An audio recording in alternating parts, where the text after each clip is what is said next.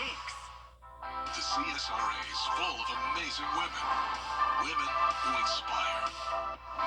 Women who innovate. Women who lead. That's why News Channel 6 brings you Women to Watch. On the last Wednesday of each month, News Channel 6 recognizes local businesswomen who are making a positive impact in our community. Nominate someone today at WJBF.com. Sponsored by Goodwill. Black excellence. Its importance goes beyond just a single month each year. That's why News Channel 6 proudly presents Celebrating Black Excellence 365. Each month we'll highlight an individual or organization who inspires their community and improves the lives of people around them. If you know a deserving recipient, visit WJBF.com and fill out the nomination form. Celebrating Black Excellence 365. Only on News Channel 6. The News Channel 6 mobile app is now even better. Download it today. We are going to have a warm and windy end to the month of January, along with some scattered showers and storms moving in. I'll have all the details on your forecast coming up. Now on News Channel 6 at 6, the latest on the deadly plane crash in Washington, D.C. We're going to have local reaction from Augusta Regional Airport as your News at 6 starts now. Live from Television Park, this is WJBF News Channel 6 at 6.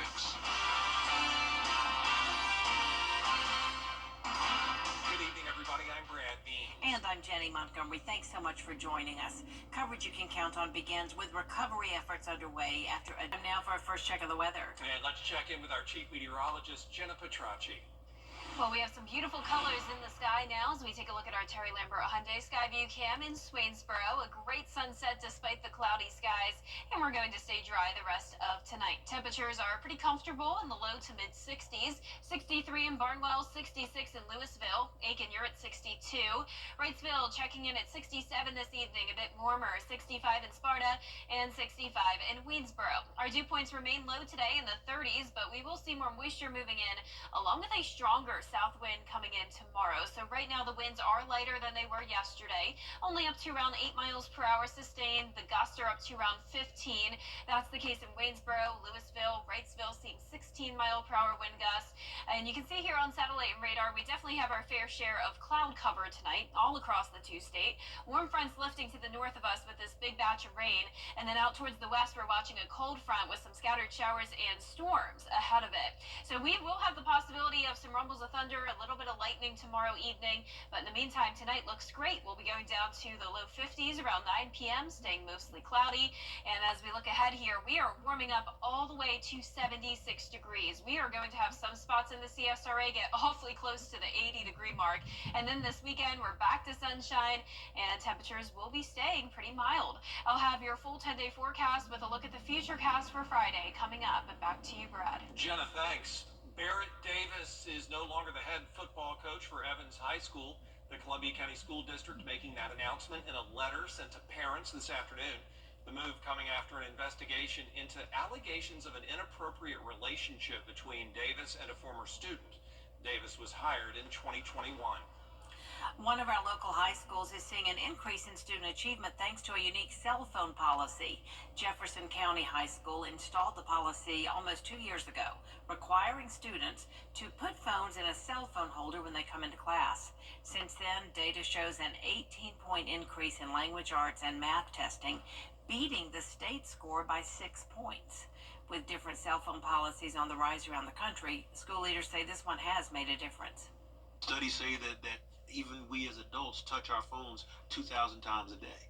That's a lot. And it doesn't seem like it, but if you think about it, sometimes you just pick it up and look at the time or you scroll. And what we want to teach kids how to do is they're not going to go away. How are you going to use your cell phone in a productive way when you leave us and go to college or get a job, join the military, whatever it is you're going to do in the future? Progress reports will go home on February 6th. They say there's still work to do, but they are happy with the progress being made. Lawmakers in South Carolina debating a bill focused on private school scholarships. The state Supreme Court has blocked previous efforts to use taxpayer money for private school, but this new bill would use lottery revenue instead of tax money. One lawmaker wants to give families a tax break for sending children to private school, but opponents say no, this is going to hurt low-income families. Then there would be a considerable number of children, poor kids, that would have no pathway to getting funding for a private school, even if they are in a school that is less desirable. Whenever you expand universal school choice, you're going to have a lot more options out there for families generally. One thing we've seen in other states that have adopted programs like this is even the private sector itself and private schools themselves will start to work more aggressively with families on scholarship programs and other options. And that debate continues in the state Senate. A grand opening of a new grocery store had folks standing in line in Augusta today. The ribbon cutting was held this morning at the Fresh Take on Washington Road. It's located in the old Whole Foods store. The large facility also houses a pharmacy, a barbecue smokehouse, outdoor spaces, even a putting green. It's a fun experience, and the vendors, the Starbucks, the pizza, it just breaks up the monotony of going into a normal chain. And the people, the staff are great. Hopefully that continues because they're real helpful and personable, and the food seems really fresh, and the store's immaculate. Augusta was very attractive in terms of there's not something like this here. So we felt we were bringing something really new and exciting to the community that people were looking for. Augusta's newest grocery store also gave away free food to people at the celebration and donated $5,000 to Golden Harvest Food Bank. Getting rid of the debris to make room for parking. The clock is ticking to get things cleaned up for our Augusta National Women's Amateur visitors. That story next. Mazda from Gerald Jones Mazda. Shop now at GeraldJonesMazda.com. A major milestone is being reached when it comes to storm debris cleanup in Augusta. The city's first debris drop-off site is nearly cleared of storm damage. George Escala has the story. At Eisenhower Park, the heavy lifting is nearly complete. I'm always sort of shocked at how quickly they can do things, which is a good thing. But, you know, I know it's frustration for some people, but no, I'm very happy with the way this is going. Things are really going in Eisenhower Park. 5 logging grinders turning tons of storm debris into mulch. At one point, trees knocked down by Helene were stacked 10 to 15 feet high across the entire 12-acre site. But now it's the beginning of the end of the debris being gone. I think the grinding is actually going to be done tomorrow. It's my understanding it'll be done by the end of this week. Then we'll haul the rest of the mulch out. Last year, Augusta National removed some of the ball fields at Eisenhower as part of a long-term lease agreement with the city to park employees during the tournament. The tournament, of course, is April. The castle says the park should be ready to go before then. We're looking to definitely have it open from March 1st so that they can start getting their employees in here and do what they do so we can get back to Masters Week. Eisenhower Park was the city's first debris drop-off site and will be the first to be cleared. In Augusta, George Escala, WJBF, News Channel 6. We do have some sad news to bring you tonight. Former Augusta Commissioner John Clark has died. He died from respiratory failure. Served as the District 10 Commissioner before losing his seat to Wayne Guilfoyle back in 2022. A former colleague says he will certainly be missed. He was a straight shooter, and when he told you something, you could take it to the bank. And I over the years have built a really good friendship, and he's like a mentor to me. And he's sadly going to be missed. Arrangements have not yet been announced. John Clark was 78. It's time to drive At MasterBuickGMC.com. You can't always choose the way, but you can choose your weather app. Go with the most accurate and most trusted, the Live Fighter 6 mobile app. Download it today. Now, your most accurate forecast. next with WJBF Live Viper 6. Welcome back. Check out this stunning sunset on our Terry Lambert Hyundai Skyview cam. Absolutely gorgeous here in Swainsboro, even with the cloud cover. And we're sitting pretty comfortable in the low 60s right now. A southeast wind of 6 miles per hour. Humidity low at 31%. And around the CSRA, it's all 60s. Anywhere from 60 in Saluda to 66 in Wrightsville. Everyone else in between. And as for our satellite and radar, no rain here in the two-state, but we definitely have our fair share of cloud cover. And a warm front has moved to the north of us with a big batch of rain ahead of it, impacting parts of the Midwest. And then we have this low pressure system with a trailing cold front. So ahead of this front is what we'll have to work with tomorrow evening. So we're going to have some rain and some thunderstorms moving in, maybe bringing us up to an inch of rain in some isolated locations with heavier downpours. But for the most part, this will not impact us too much. Just know it is going to be a rainy end to the month of January, and also a windy one. Lake wind advisory goes in effect tomorrow morning and lasts until 1 a.m. on Saturday. We're going to be starting out Friday on a warmer note at 50 degrees, so definitely well above freezing. We'll actually see a decent amount of sunshine in the afternoon, and that sun combined with the warm temperatures will really allow for some of these storms to pop as we get to around 5 o'clock in the evening. So definitely a warm day tomorrow, all the way up to 76 for your high. Some places will be getting awfully close to 80, and then we drop a few degrees on Saturday, but still staying mild, 70 on Sunday, and then upper 70s again early next week. So here's our future cast tonight at 8 o'clock. Clouds will continue to move in with a southerly wind warming us up tomorrow. So you can see this storm system moves across Alabama early tomorrow, and then by the time it gets to us, it'll be tomorrow evening. So the timeline of this is continuing to push back a little bit later into the day. So I'd say between 5 o'clock Friday all the way until 2 o'clock in the morning is when we'll see that cold front move through. And then you can see we quickly go back to sunshine on Saturday, staying nice and clear by Saturday night. Here it is closer to home Friday at 5 p.m., starting out dry. Then the rain impacts our northern counties first. Some pockets of heavier rain definitely possible here and there, but for the most part, this system is losing a lot of its strength, and I'm expecting any storms that we do have to be very, very weak. Now, the rainfall estimates will mostly be only up to 1/4 of an inch, but with some of those heavier showers, we could pick up around 3/4 of an inch of rain. Say hello to February, though. It is right around the corner. This weekend will be fantastic for any outdoor plans, sunny and very comfortable. And then, of course, Sunday is Groundhog Day. Always a fun holiday. Don't take it too seriously, though, because remember, it's going to be a sunny day on a Sunday, at least for General Lee, which means most likely he is going to see his shadow, which means 6 more weeks of winter. But I can tell you, based off the 10-day forecast, it is looking like we are having an early spring, at least for now. And even with our lows tonight, we are above average in the upper 40s. Highs tomorrow are going to be well above average in the mid to upper 70s, and that 10-day forecast showing an early spring as well as we go into next week.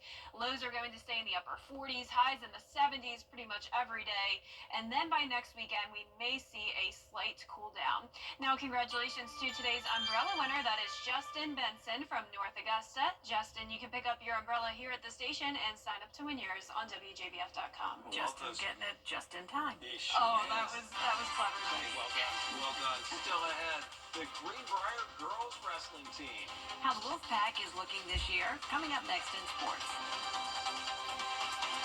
It's the one thing injured people can do to recover for our clients. Weather headlines on News Channel 6, brought to you by Hickson Roofing. The News Channel 6 mobile app is now even better. Download it today. Now, WJBF sports coverage you can count on. The ladies, yes, the ladies of wrestling at Greenbrier High School are making some noise on the mats while winning championships all along the way, proving themselves to be among Georgia's best in a once male-dominated sport that is rapidly growing in popularity for girls. It's the Wolfpack's 6th year as a wrestling program, and the sport has grown tremendously over the years. In fact, there's now close to 30 girls on the team, and the success has only come with the increasing interest. 2 years ago, Greenbrier went to the first ever state duel, placing 3rd. Then last year they were runner-ups, but they used that as motivation for this season, and it paid off, being crowned the 2025 dual state champs. Other tears. I think it's finally that moment that we realized that we did it. We finally did it, because the wrestling season can be a grind and some very long few weeks that go by. So knowing that we were able to stay focused and continue to work hard, and knowing that the efforts that we put in this room weren't in vain, that we were able to go out and get the job done. Up next, they'll be hosting the girls' traditional champions on Friday. And it's that time of year again. Nominations for the All CSRA Sports Awards are now open. We're accepting nominations for varsity athletes from 9th through 12th grades for all sports. That means football, flag football, boys and girls basketball, soccer, cross country, tennis, cheerleading, and much more. To see the full list of sports and to nominate your favorite athlete, go visit our website, WJBF.com, click the CSRA Awards nominations article, and find the Click Here to Nominate button. And in pro golf, the 89th Masters Tournament is approaching, and the next stop on the PGA Tour is at one of the country's most beloved courses with a trip to this year's Masters in play. The AT&T Pebble Beach Pro AM Tour at the Pebble Beach Golf Links in Pebble Beach, California, underway as of late Thursday morning, with the final round set for Sunday, February 2nd. It'll be a star-studded event with 2024 Masters champion Scottie Scheffler making his season debut along with Rory McIlroy and Jordan Spieth. In all, 27 of the top 30 players in the world are in the field. The Pro AM has a purse of $20 million with the event's winner set to take home $3.6 million and an invite to that 89th Masters Tournament right here in Augusta. You can view the first 2 rounds of action on the Golf Channel and ESPN. All right, Gianna, thanks so much. Thank you. We'll be right back. At Terry Lambert High on VTV. A warm day tomorrow for sure. High of 76 with a 50% chance of rain and storms in the evening. Back to sunshine this weekend. It will be beautiful, and then we're warming up even more next week. High of 77 on Tuesday. Sunny skies. A little bit more cloud cover with some slight chances of rain as we go into the end of next weekend. Staying pretty warm. Finally tonight, some say you haven't lived until you've checked out Australian milk. We're not talking about chocolate or strawberry flavors like Americans are familiar with. The Aussie milk is filled with banana milk, mango milk, classic waffle cone, and spearmint, to name a few. Some of these flavors are available here in the States. Sounds delicious. I am open to trying that. Sure. You know, some of these things we show, I'm like, it's a little far, but that looks pretty good. Yeah. That one right there that we see on the screen, the yellow drink, I've had that once at the gas station. It's actually pretty decent. Yeah, it's good. Nice. Everything is good from the gas station. Hot dogs, Yeah. drinks. I'm surprised they sell the milk, though, at the gas station. Interesting. Yep. Well, that is our report for now. We sure do appreciate you watching. Back at 7 after World News Tonight. And we'll see you again for News Channel 6 at 11. Have a great night.